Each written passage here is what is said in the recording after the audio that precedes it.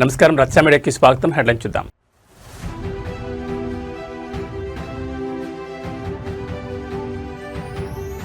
రాయలసీమ పర్యటనలో మంత్రి Nara Lokesh busy. Vidya IT రంగాల బలోపేతమే లక్ష్యం.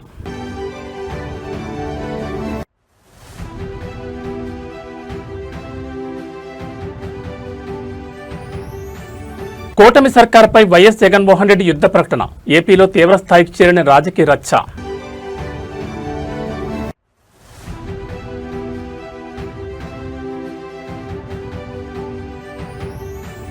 బీఆర్ఎస్ హయాం ఆర్థిక లొసుగులపై సీఎం రేవంత్ రెడ్డి ఫైర్.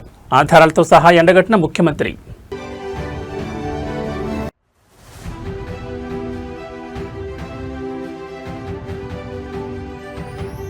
శిల్పకళా వేదికగా రైతు భరోసా మహాక్రతువు. కేవలం 9 రోజుల్లో 9,000 కోట్ల విడుదల. ఇక డీటెయిల్స్ చూస్తే ఆంధ్రప్రదేశ్ విద్య, ఐటీ మరియు ఎలక్ట్రానిక్స్ శాఖల మంత్రి నారా లోకేష్ రాయలసీమ పరిధిలో బిజీగా పర్యటిస్తున్నారు. ఉన్నత విద్య, ఐటీ రంగాల బలోపేతమే లక్ష్యంగా ముందుకు సాగుతున్న లోకేష్ అనంతపురం జిల్లాలో కీలక అకాడమిక్ ఈవెంట్లో పాల్గొన్నారు. అంతకుముందు సత్యసాయి జిల్లా పుట్టపర్తి ఎయిర్పోర్టుకు చేరుకున్న మంత్రికి కూటమి ప్రజాప్రతినిధులు, టీడీపీ శ్రేణులు భారీ స్వాగతం పలికాయి. అక్కడి నుంచి నేరుగా అనంతపురం బయలుదేరి వెళ్లిన లోకేష్ ఆంధ్రప్రదేశ్ సెంట్రల్ యూనివర్సిటీ స్నాతకోత్సవ వేడుకలకు హాజరయ్యారు. మంత్రి నారా లోకేష్ పుట్టపర్తి ఎయిర్పోర్టుకు చేరుకోగానే విమానాశ్రయం వెలుపల పండగ వాతావరణం నెలకొంది. టీడీపీ ప్రజాప్రతినిధులు భారీ సంఖ్యలో తరలివచ్చిన కార్యకర్తలు మంత్రికి గజమాలతో స్వాగతం పలికారు. నాయకులను, కార్యకర్తలను ఆత్మీయంగా పలకరించిన లోకేష్ ఆలస్యం చేయకుండా వెంటనే రోడ్డు మార్గాన అనంతపురం వైపు బయలుదేరారు. అనంతపురంలో ఏర్పాటు చేసిన ఆంధ్రప్రదేశ్ సెంట్రల్ యూనివర్సిటీ స్నాతకోత్సవ వేడుకలకు ఆయన ముఖ్య అతిథిగా విచ్చేశారు. Varsity vice chancellor, academic council సభ్యులు మంత్రికి ఘన స్వాగతం పలికారు. ఈ వేడుకల్లో ఉత్తమ ప్రతిభ కనబరిచిన విద్యార్థులకు, గోల్డ్ మెడలిస్టులకు నారా లోకేష్ చేతుల మీదుగా పట్టాలను, పథకాలను అందజేశారు. ఏపీలో విద్యా ప్రమాణాలను పెంచడంతో పాటు సెంట్రల్ యూనివర్సిటీ విద్యార్థులకు ఐటీ రంగంలో మెరుగైన ఉపాధి అవకాశాలు లభించేలా ప్రభుత్వం నుంచి పూర్తి మద్దతు ఉంటుందని ఈ సందర్భంగా మంత్రి విద్యార్థులకు భరోసా ఇచ్చారు. రాయలసీమను ఎడ్యుకేషన్ అండ్ ఐటీ హబ్గా మార్చేందుకు కూటమి ప్రభుత్వం తీసుకుంటున్న చర్యలను ఆయన వివరించారు.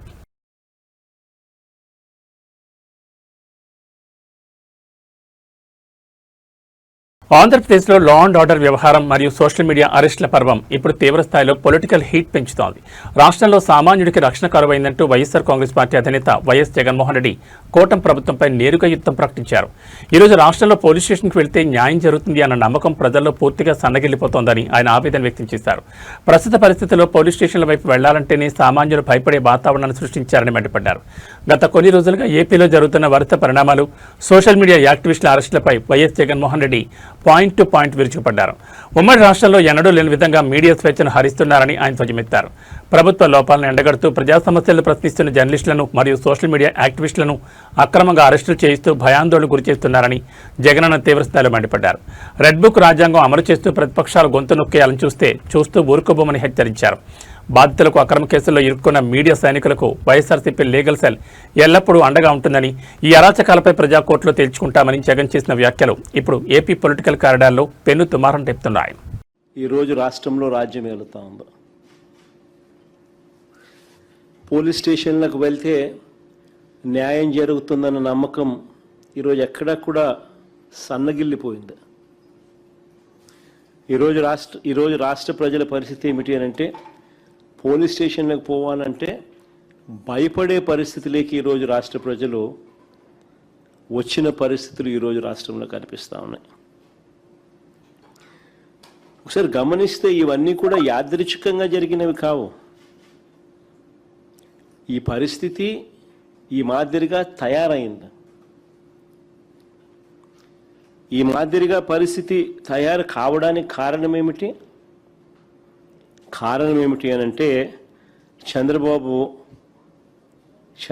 గారు తాను చేస్తా ఉన్న దోపిడీని, అవినీతిని, దుర్మార్గపు పరిపాలనను, తాను మోసం చేసిన తెలంగాణ రాష్ట్ర ఆర్థిక పరిస్థితి, గడిచిన 10 ఏళ్ల కాలంలో జరిగిన అప్పుల నిర్వహణపై ముఖ్యమంత్రి యనమల రేవంత్ రెడ్డి మరోసారి విరుచుకుపడ్డారు.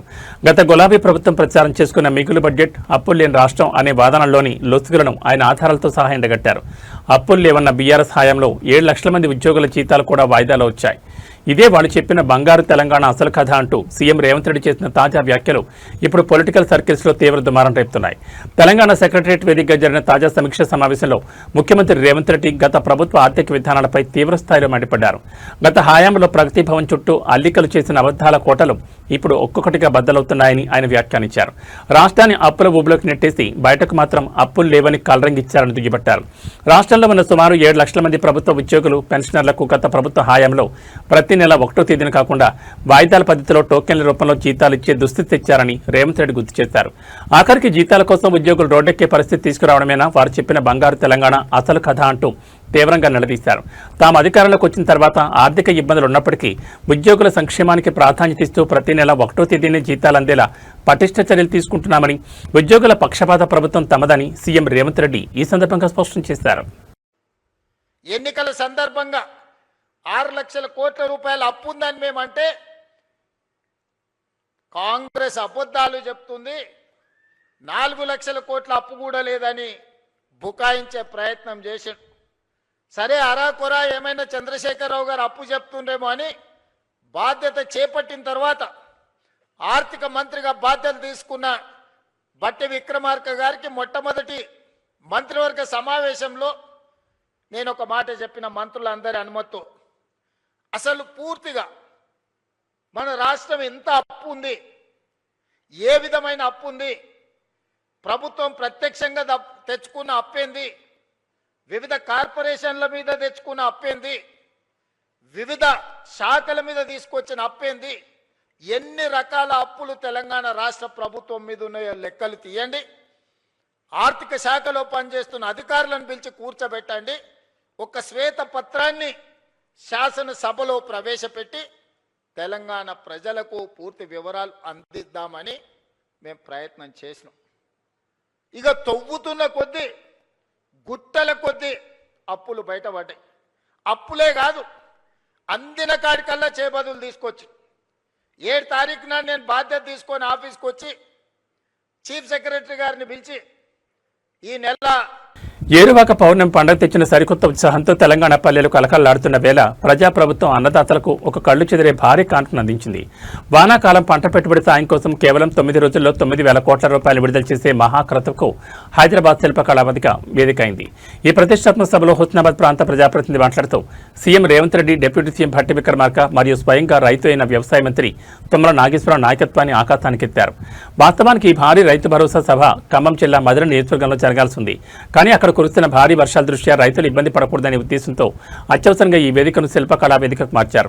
సభలో మాట్లాడిన హుస్నాబాద్ నేత, ప్రజాప్రభుత్వం అధికారంలోకి వచ్చిన ఈ 30 నెలల కాలంలోని అక్షరాల 27,000 కోట్ల రూపాయలను రైతు భరోసా రూపంలో అన్నదాతల ఖాతాల్లోకి పంపిన రికార్డును గుర్తు చేశారు. సన్నబడ్లకు బోనస్, నాణ్యమైన విత్తనాలు సరఫరా చేస్తూ ఈ ప్రభుత్వం పూర్తి రైతు పక్షపాతిగా నిలిచిందని కొనియాడారు. ఇదే క్రమంలో ఇటీవల సిద్దిపేట ప్రాంతాల్లోని నర్మెట్టలో వ్యవసాయ మంత్రి తుమ్మల నాగేశ్వరరావు ప్రారంభించిన పామాయిల్ ఫ్యాక్టరీని ప్రస్తావిస్తూ హుస్నాబాద్ నియోజకవర్గంలో కూడా భారీగా రైతులు ఆయిల్ ఫామ్ తోటల వైపు మళ్లుతున్నారని, వారికి ప్రభుత్వం నుంచి పూర్తి సహకారం అందుతుందని స్పష్టం చేశారు. అలాగే యూరియా పంపిణీ సజావుగా సాగడానికి వీలుగా తమ ప్రాంతంలోని రైతు వేదికలో యాప్స్ ఆపరేట్ చేయగల 5 గ్రామీణ యువకులతో కూడిన సరికొత్త టెక్నికల్ సిస్టమ్ను తయారు చేస్తామని వివరించారు. చివరిగా హుస్నాబాద్ రైతాంగానికి అత్యంత కీలకమైన గౌరవెల్లి ప్రాజెక్టు పెండింగ్ పనుల అంశాన్ని ప్రస్తావిస్తూ జిల్లా ఇన్ఛార్జ్ మంత్రిగా ఉన్న తుమ్మల నాగేశ్వరరావు ప్రత్యేక చొరవ చూపి ఈ ప్రాజెక్టును త్వరితగతిన పూర్తి చేయాలని రైతుల పక్షాన ఆ వేదికపై నుంచి విజ్ఞప్తి చేశారు. గౌరవనీయులు పెద్దలు రాష్ట్ర వ్యవసాయ శాఖ మంత్రి తుమ్మల నాగేశ్వరరావు గారు స్వయంగా వారు రైతు, వారు మా అందరికీ ఆదర్శం. వారు అదేవిధంగా ఈరోజు రైతు భరోసాను మళ్ళీ ఈ సీజన్, వానాకాల సీజన్కు 9 రోజుల్లో 9,000 కోట్లు వేయడానికి విచ్చేసినటువంటి గౌరవ ముఖ్యమంత్రి శ్రీ రేవంత్ రెడ్డి గారు, అదేవిధంగా ఉప ముఖ్యమంత్రి శ్రీ భట్టి విక్రమార్క గారు, సహచర మంత్రులు, పెద్దలు గౌరవనీయులు వ్యవసాయ కమిషన్ చైర్మన్ కోదండ రెడ్డి గారు, గౌరవ సహచర పార్లమెంట్ సభ్యులు మాజీ పెద్దలు కౌన్సిల్ చైర్మన్ సుఖేందర్ రెడ్డి గారు, మిగతా అక్కడ ఉన్నటువంటి ప్రజాప్రతినిధులు, రైతులు, మిగతా రైతు వేదికలో ఉన్నటువంటి రైతులందరికీ కూడా నిన్ననే ఏరువాక పౌర్ణమి ప్రారంభమైంది.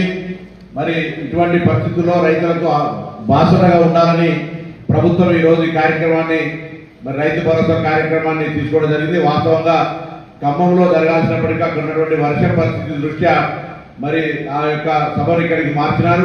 గౌరవ ఉప ముఖ్యమంత్రి గారు కూడా వచ్చేసారు. వారికి కూడా స్వాగతం తెలియజేస్తూ ఈరోజు తప్పకుండా తెలంగాణ ప్రజాపాలన ప్రభుత్వ అధికారులకు వచ్చిన పెద్దలు వాకిలి శ్రీహరి గారు కూడా స్వాగతం. ఈరోజు ప్రజాపాలన ప్రభుత్వ అధికారంలోకి వచ్చిన తర్వాత ఇప్పటికే 30 నెలల్లో మనం 27,000 కోట్ల రూపాయలు రైతులకు మరి రైతు భరోసా రూపంలో వేయడం జరిగింది. ఇది కాక సన్నవడ్లకు బోనస్ కానీ విత్తన సరఫరా కానీ అన్ని రకాల కార్యక్రమాలను ప్రభుత్వ పక్షాన రైతు పక్షపాత ప్రభుత్వంగా ఈ ప్రభుత్వం కొనసాగుతూ ఉంది. తప్పకుండా గౌరవ ముఖ్యమంత్రి రేవంత్ రెడ్డి గారి నాయకత్వంలో స్వయంగా రైతైనటువంటి మరి తుమ్మల హైదరాబాద్ నగర పరిధిలో వైద్య ఖర్చులతో ఇబ్బంది పడుతున్న పలువురు బాధితులకు ప్రభుత్వం నుంచి కీలకమైన ఆర్థిక సహాయం లభించింది. ముఖ్యమంత్రి సహాయ నిధి మరియు ప్రభుత్వ సంక్షేమ కార్యక్రమాల్లో భాగంగా మంజూరైన మెడికల్ సపోర్ట్ చెక్కులను లబ్ధిదారులకు అధికారికంగా అందజేశారు. నగరానికి చెందిన ఉప్పల పరమేశ్వరరావు, బిజ్జి ప్రవళిక, పుష్పకుమారి, బి మల్లేషి, అలాగే దేశెట్టి లక్ష్మమ్మలకు ఈ ఆర్థిక సహాయం చెక్కులను అప్పగించారు. అత్యవసర వైద్య చికిత్సల కోసం ఎదురుచూస్తున్న ఈ కుటుంబాలకు ఈ సాయం పెద్ద ఊరటనిచ్చింది. వివిధ రకాల తీవ్రమైన ఆరోగ్య సమస్యలతో బాధపడుతూ ప్రైవేట్ మరియు కార్పొరేట్ ఆసుపత్రుల్లో భారీ ఖర్చులను భరించలేక ఇబ్బంది పడుతున్న నిరుపేదల దరఖాస్తులను ప్రభుత్వం ప్రాధాన్యత క్రమంలో పరిశీలించింది. ఇందులో భాగంగానే హైదరాబాద్ పరిధిలోని 5 లబ్ధిదారులకు మెడికల్ సపోర్ట్ కింద ప్రభుత్వ ఆర్థిక సహాయ చెక్కులు మంజూరయ్యాయి. ఈ మేరకు లబ్ధిదారులను ఉప్పల పరమేశ్వరరావు, బిజ్జి ప్రవళిక, పుష్పకుమారి, సిహెచ్పి మల్లేషి మరియు దేశెట్టి లక్ష్మమ్మలకు అధికారులు ఈ చెక్కులను హ్యాండ్ఓవర్ చేశారు. ప్రాణాంతక వ్యాధులు మరియు సర్జరీల కోసం ఆర్థిక ఇబ్బందులు పడుతున్న సమయంలో తమకు ఈ చెక్కులు అందడం పట్ల లబ్ధిదారులు మరియు వారి కుటుంబ సభ్యులు ప్రభుత్వానికి, స్థానిక ప్రజాప్రతినిధులకు ప్రత్యేక కృతజ్ఞతలు తెలిపారు. ముఖ్యమంత్రి సహాయ నిధి ద్వారా ఎలాంటి దళారులు లేకుండా నేరుగా బాధ్యుల చేతికే ఈ సహాయం అందుతుందని అధికారులు ఈ సందర్భంగా స్పష్టం చేశారు.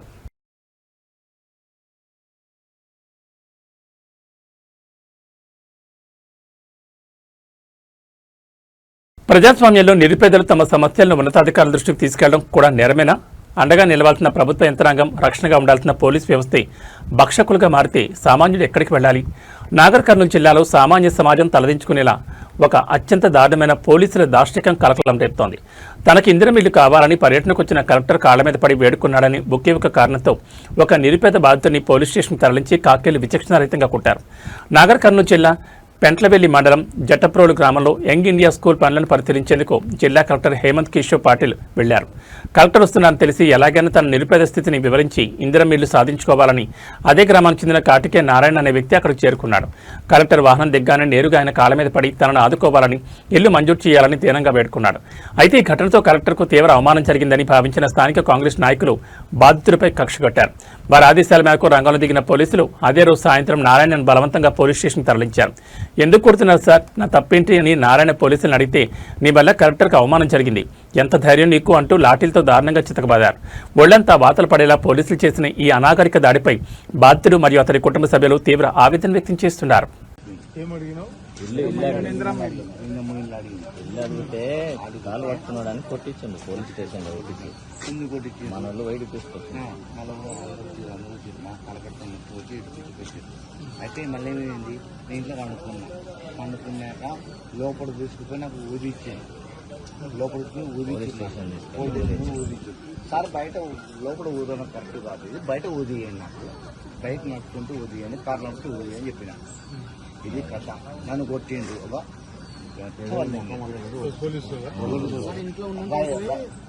ఇంట్లో వండుకున్నాం, లేకపోయింది పట్టుకుపోయి కొట్టింది. చిత్తూరు జిల్లాలో పాఠశాల విద్యార్థులను టార్గెట్ చేస్తూ జరిగిన ఒక అసాధారణ పరిణామం ఇప్పుడు స్థానిక ప్రజలను తీవ్ర భయాందోళన గురిచేస్తోంది. కార్బేటి నగరం మండలంలోని ఒక ప్రభుత్వ పాఠశాలలో విద్యార్థులపై వింత పురుగులు దాడి చేయడంతో ఏకంగా 19 విద్యార్థులు ఒకేసారి తీవ్ర అస్వస్థతకు లోనయ్యారు. పాఠశాల ఆవరణలోని చెట్టుపై నుంచి హఠాత్తుగా కింద పడిన ఈ వింత పురుగులు కుట్టడంతో విద్యార్థుల శరీరాలపై విపరీతమైన దద్దులు, భరించలేని మంటలు ప్రారంభమయ్యాయి. దీంతో అప్రమత్తమైన ఉపాధ్యాయులు వారిని వెంటనే ప్రభుత్వ ఆసుపత్రికి తరలించారు. చిత్తూరు జిల్లా కార్బేటి నగర మండలం డియ్యంపురం గ్రామంలోని జడ్పీ ఉన్నత పాఠశాలలో ఈ విచిత్ర ఘటన చోటు చేసుకుంది. పాఠశాల విరామ సమయంలో విద్యార్థులు ఆవరణలోని ఒక పెద్ద చెట్టు కింద ఉన్నట్లు తెలుస్తోంది. ఆ సమయంలో చెట్టుపై నుంచి కొన్ని వింత పురుగులు ఒక్కసారిగా విద్యార్థులపై పడ్డాయి. అవి శరీరానికి తగలడమే కాకుండా విపరీతంగా కుట్టడంతో విద్యార్థుల ఒళ్లంతా క్షణాల వ్యవధిలోనే పెద్ద పెద్ద దద్దులుగా మారిపోయాయి. తీవ్రమైన మంట నొప్పితో విద్యార్థులు కేకలు వేయడంతో ఉపాధ్యాయులు తీవ్ర దిగ్భ్రాంతికి లోనయ్యారు. పరిస్థితి విషమించకుండా అప్రమత్తమైన స్కూల్ సిబ్బంది వెంటనే 19 మంది బాధితులను కార్వేట్ నగరం ప్రభుత్వ ఆసుపత్రికి తరలించారు.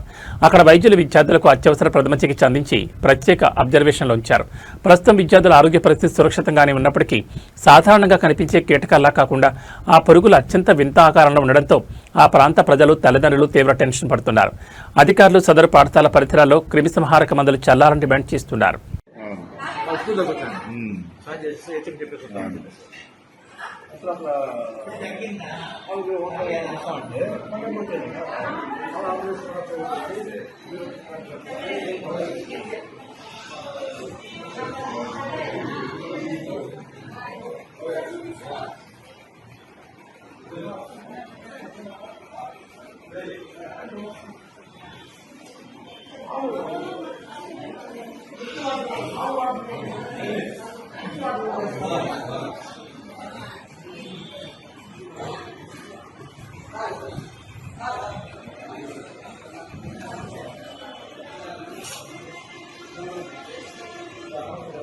తెలుగు రాష్ట్రాల్లో జర్నలిస్టుల భద్రత, మీడియా స్వేచ్ఛపై మళ్లీ పెనుదుమారం రేగింది. తెలంగాణకు చెందిన సీనియర్ జర్నలిస్ట్ కేబీ రెడ్డిని ఆంధ్రప్రదేశ్ పోలీసులు మరోసారి అక్రమంగా అరెస్ట్ చేశారు.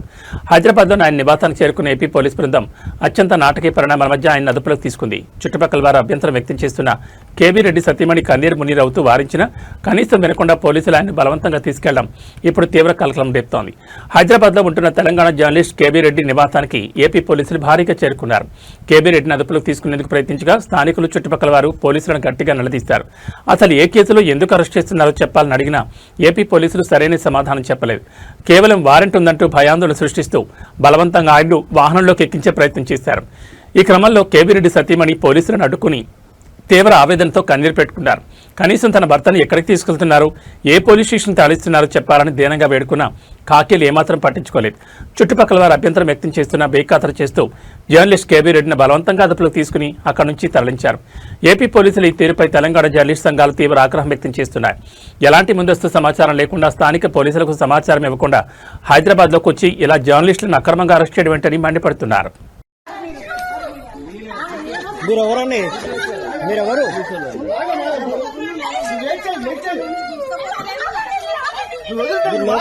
పోలీసులకు ఫోన్ చేయండి.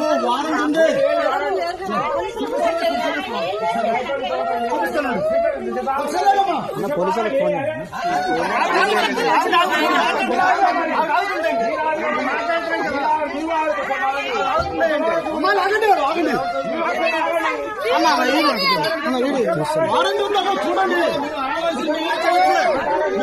చూడండి పట్టుకున్నాం మామూలుగా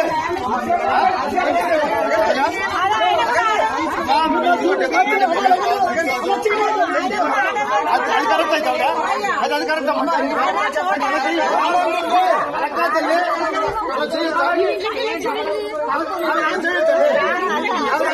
రంగారెడ్డి జిల్లా యాచారం మండలంలో భూసేకరణ వివాదం మరోసారి తీవ్ర రూపం దాల్చింది. మేడిపల్లి, కురిమిద్ద గ్రామాల్లో అటు రైతులు, ఇటు అధికారుల మధ్య తీవ్ర ఉద్రిక్త పరిస్థితులు నెలకొన్నాయి. రైతులు ప్రాణప్రదంగా సాగు చేసుకుంటున్న వ్యవసాయ భూములపైకి అధికారులు భారీ పోలీస్ బందోబస్తు చొరబడ్డారు. పొలాల్లో పచ్చగా ఎదుగుతున్న పత్తి, జొన్న పంటలను జేసీబీలతో నిర్దాక్ష్యంగా తొలగించారంటూ స్థానిక రైతులు ఆందోళన దిగారు. కోర్టు స్టే ఆర్డర్లున్న అధికారులు ఇలా దౌర్జన్యంగా పంటలు నాశనం చేయడం ఏంటంటూ అన్నదాతలు ఆగ్రహం వ్యక్తం చేస్తున్నారు. యాచారం మండల పరిధిలోని ఫార్మాసిటీ, రేడియల్ రోడ్ల భూసేకరణ వివాదం గత కొన్నాళ్లుగా నడుస్తోంది. ఈ క్రమంలోని మేడిపల్లి, కురిమిద్ద గ్రామాల్లో రైతులు తమ భూములను ఇచ్చేది లేదంటూ కోర్టును ఆశ్రయించి స్టే ఆర్డర్లు కూడా తెచ్చుకున్నారు. అయితే ఇవేమీ పట్టించుకోకుండా రెవెన్యూ అధికారులు, పోలీసులు వందలాది మంది సిబ్బందితో బలవంతంగా క్షేత్రస్థాయిలోకి దిగారు. రైతులు అప్పులు తెచ్చి ఎంతో కష్టపడి వేసిన ప్రతి జొన్న పంటలను జేసీబీ యంత్రాల సహాయంతో భూస్థాపితం చేస్తుంటే అడ్డుకోబోయిన రైతులను, మహిళా కూలీలను పోలీసులు బలవంతంగా నెట్టేశారు. కళ్ల ముందే పచ్చడి పంటలు నాశనం అయిపోతుంటే రైతులు కన్నీరు మున్నీరుగా విలపించారు. పరిహారం, పునరావృతంపై స్పష్టత ఇవ్వకుండా కోర్టు ఆదేశాలను ఉల్లంఘిస్తూ ఇలా దౌర్జన్యంగా ల్యాండ్ లెవెలింగ్ పనులు చేయడంపై ఫార్మాసిటీ వ్యతిరేక పోరాట సమితి అగ్రనేతలు తీవ్ర ఆగ్రహం వ్యక్తం చేస్తున్నారు. అధికారుల తీరుకు నిరసనగా రైతులు పోలీసులకు ఫిర్యాదు చేసేందుకు సిద్ధమవుతున్నారు. దీంతో మేడిపల్లి, కురిమిద్ద పరిసర ప్రాంతాల్లో ఎప్పుడేం జరుగుతుందో తెలియని ఉత్కంఠభరిత వాతావరణం నెలకొంది.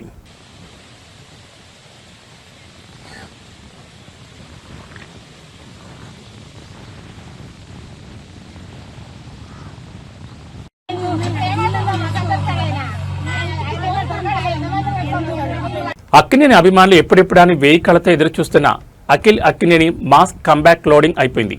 మురళీ కిషోర్ అబ్బూరు దర్శకత్వంలో సితారా ఎంటర్టైన్మెంట్స్ అన్నపూర్ణ స్టూడియోస్ సంయుక్తంగా నిర్మించిన లెనిన్ చిత్రం జూలై 10న థియేటర్లోకి రాబోతోంది. ఈ సందర్భంగా మంగళవారం రాత్రి అత్యంత ఘనంగా జరిగిన ట్రైలర్ లాంచ్ ఈవెంట్లో హీరో అఖిల్ మాట్లాడిన మాటలు ఇప్పుడు ఇండస్ట్రీ వర్గాల్లో హాట్ టాపిక్గా మారాయి. ఏజెంట్ సినిమా తర్వాత అఖిల్ చాలా గ్యాప్ తీసుకోవడంపై అక్కినేని ఫ్యాన్స్ కొంత అసంతృప్తితో ఉన్నమాట వాస్తవమే. సరిగ్గా ఇదే పాయింట్ను ప్రస్తావిస్తూ అఖిల్ వేదికపై తీవ్ర భావోద్వేగానికి లోనయ్యారు. నా నుంచి సినిమా వచ్చి 3 ఏళ్లైంది. మీ అందరినీ ఇంతకాలం వెయిట్ చేయించినందుకు మనస్ఫూర్తిగా నన్ను క్షమించండి అంటూ ఫ్యాన్స్ను కోరారు. అయితే ఈ సుదీర్ఘ నిరీక్షణకు లెనిన్ రూపంలో ఒక గట్టి సమాధానం దొరకబోతోందని అఖిల్ ధీమా వ్యక్తం చేశారు. ఈ రోజు నేను వేదికపై ఎక్కువ మాట్లాడదలుచుకోలేదు. అసలు నేను మాట్లాడడం కంటే ఈసారి నా సినిమాని థియేటర్లో మాట్లాడుతుంది. ఈ ఒక్కసారి నా మీద నమ్మకం ఉంచండి. జూలై 10న థియేటర్లో కలుద్దామంటూ అఖిల్ చేసిన స్పీచ్కు థియేటర్ మొత్తం ఫ్యాన్స్ అరుపులతో దద్దరిల్లిపోయింది. రిలీజ్ అయిన ట్రైలర్లో Akhil rugged look, Rayalaseema backdrop, mass elements మరియు థమన్ బ్యాక్గ్రౌండ్ స్కోర్ చూస్తుంటే అక్కినేని వారసుడు ఈసారి బాక్సాఫీస్ వద్ద చాలా గట్టి వేటకి సిద్ధమయ్యాడని స్పష్టమవుతోంది. నేను ఎప్పుడు మాట్లాడాలి? ఎప్పుడు? ఆ రోజు నేను మాట్లాడాలి. నేను కాదు, సినిమా మాట్లాడుతుంది ఈసారి. ఇంతకన్నా నేను మాట్లాడకూడదు. బట్ మీకు అర్థం కావట్లేదు. నేను ఇవాళ ఒక 2 days నుంచి పడుకోలేదు. అందుకే కలదాలు వేసుకుని వద్దాం అనుకున్నాను. తీసేసాను. మిమ్మల్ని చూసి నాకు ఎనర్జీ వచ్చింది. నెక్స్ట్ 10th జూలై వరకు పనిచేయడానికి మళ్ళీ నాకు ఎనర్జీ ఇచ్చారు. ఇవాళ నేను హ్యాపీగా మనస్ఫూర్తిగా ఒక ఆక్సిజన్ పీల్చినట్టు ఫీల్ అవుతున్నాను మిమ్మల్ని చూసి. ఒక్కటే చెప్తాను, సారీ బ్రదర్, సారీ. 3 years అయింది వచ్చి. క్షమించండి. మనస్ఫూర్తిగా గుండెపైన చేయబెట్టి చెప్తున్నాను, నమ్మండి ఈసారి. Okay, thank you boys, love you all, thank you. బంగారం కొనాలనుకునే వారికి సామాన్యులకు ఇవాళ బులియన్ మార్కెట్ అదిరిపోయే శుభార్త చెప్పింది. గత కొద్ది రోజులుగా ఆకాశమే హద్దుగా దూసుకుపోతూ సామాన్యుల చుక్కలు చూపించిన పసిడి ధరలు ఇవాళ మార్కెట్లో ఒక్కసారిగా భారీగా దిగొచ్చాయి. హైదరాబాద్ బులియన్ మార్కెట్లో ఇవాళ 24 క్యారెట్ల స్వచ్ఛమైన బంగారం ధర ఏకంగా 1,260 రూపాయల మేర తగ్గగా ఆభరణాల తయారీకి వాడే 22 క్యారెట్ల పసిడి ధర 1,150 రూపాయల మేర పతనమైంది. మరోవైపు వెండి ధరలు మాత్రం మార్కెట్లో ఎలాంటి మార్పు లేకుండా స్థిరంగా కొనసాగుతున్నాయి. అంతర్జాతీయ మార్కెట్లలో చోటు చేసుకున్న పరిణామాల ప్రభావంతో ఇవాళ హైదరాబాద్ బులియన్ మార్కెట్లో పసిడి ధరలు భారీగా క్షీణించాయి. ఇవాళ మార్కెట్ వివరాల ప్రకారం 24 క్యారెట్లకు చెందిన 10 గ్రాముల మేలిమి బంగారం ధర నిన్నటితో పోలిస్తే 1,260 రూపాయలు తగ్గి 1,40,780 వద్ద ట్రేడ్ అవుతోంది. అలాగే వినియోగదారులు ఎక్కువగా కొనుగోలు చేస్తే 22 క్యారెట్లకు చెందిన 10 గ్రాముల ఆభరణాల బంగారం ధర కూడా 1,150 రూపాయలు కుప్పకూలి 1,29,050కి చేరింది. అయితే బంగారం ధరలు ఇలా భారీగా తగ్గినప్పటికీ వెండి ధరలు మాత్రం ఇవాళ నిలకడగా ఉన్నాయి. మార్కెట్లో కేజీ వెండి ధర 2,44,900 వద్దే ఎలాంటి మార్పు లేకుండా స్థిరంగా కొనసాగుతోంది.